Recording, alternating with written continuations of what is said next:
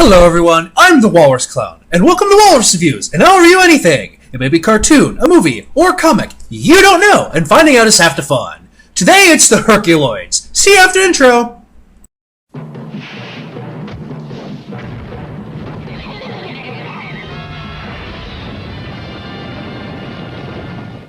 The Herculoids originally aired in 1967, and unlike every other Hanna-Barbera you could name, where they had an episode of something else sandwiched between two episodes starring the title characters, all three shorts aired per episode were about the Herculoids. Seeing as how I'm only reviewing one franchise this time, I'll be going over the characters in more detail than usual. First, we have the leader of the Herculoids, the space Tarzan Xandor, and his kidnapped father-son, Dorno. And what is literally one of the most worthless characters I've ever seen, his wife, Tara. She only seems to exist because standards and practices at the time forbid single parents to exist in children's programming. Her relationship with Igu the Rock Ape seemed to be the only thing she contributed to the show. She could have easily been written out of the show, and little would have changed. Together they fought to protect the paradise planet Amazot, with the real stars of the show, their animal companions, the Herculoids. First in our menagerie of animal heroes, we have Sokka the space dragon, who could shoot beams from his eyes and tail jet ray style, fly in a vacuum of space, and breathe fire. He really didn't get enough screen time for me to discern a personality trait beyond being reliable and competent in a fight. Then we have Igu the Rock Ape, who had super strength, nearly invulnerable skin to the point where he could swim in lava with no ill effects, but he was a bit clumsy and dim-witted and had a special bond with Tara and would do anything for her. Third, we have Tundro the Rhino-Triceratops hybrid, who could shoot explosive fireworks from his horn, had armor plating all over his body, could spin his head around and use it like a drill, and stretch his legs to extreme heights. He had the personality of a grumpy but kind-hearted old curmudgeon.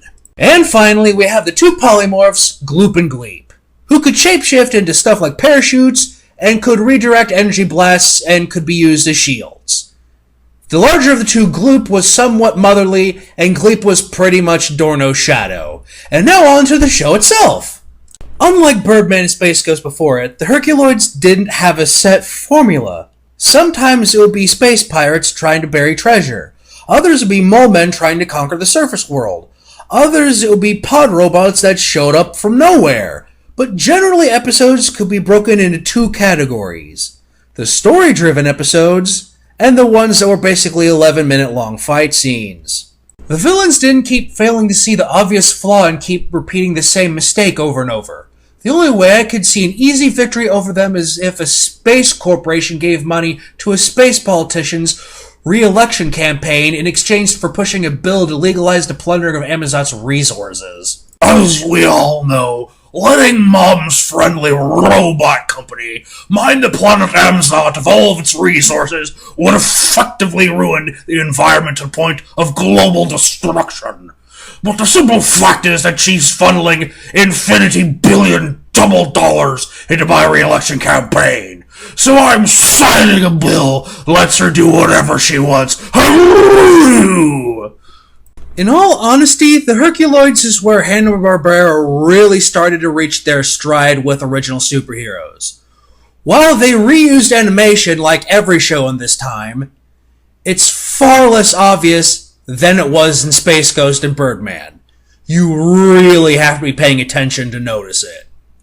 The fight scenes were relatively dynamic, and you could tell what the non-human characters were thinking without the use of dialogue, and the animation errors were far and few between. Mostly consisting of Zock's belly color sometimes not going all the way to his muzzle like it does on Model. And like with the other two Hanna-Hero shows I've done, I think it's prime time for a reboot. And by reboot, I mean an actual reboot. Not a meant to represent but be legally distinct insult to cryptozoologists everywhere horse poop. You could have space zoologist Henry Xandor and his family run the zoo planet Amazot, designed to help preserve rare and endangered animals, with the Herculoids as the first 5 animals that came with the planet on the first day. And now he and his extended family have to protect the planet in some episodes, or have them leave the planet to solve humanoid-animal conflicts in others. And sometimes bring back new members for the Herculoids with them. By doing this, it would explain why the Xandor family abandoned technology and have a message of balance instead of a Captain Planet-esque black and white viewpoint of humans being the devil, therefore removing the complaints of the original show in one fell swoop. I'm giving you this on a silver platter. Just make it happen, Cartoon Network. Like Space Ghost before it, the Herculoids had a brief revival during the 1981 Space Stars programming block. Will it be a complete load like its counterpart, or does it actually have some redeeming qualities to it? Tune in next time to find out.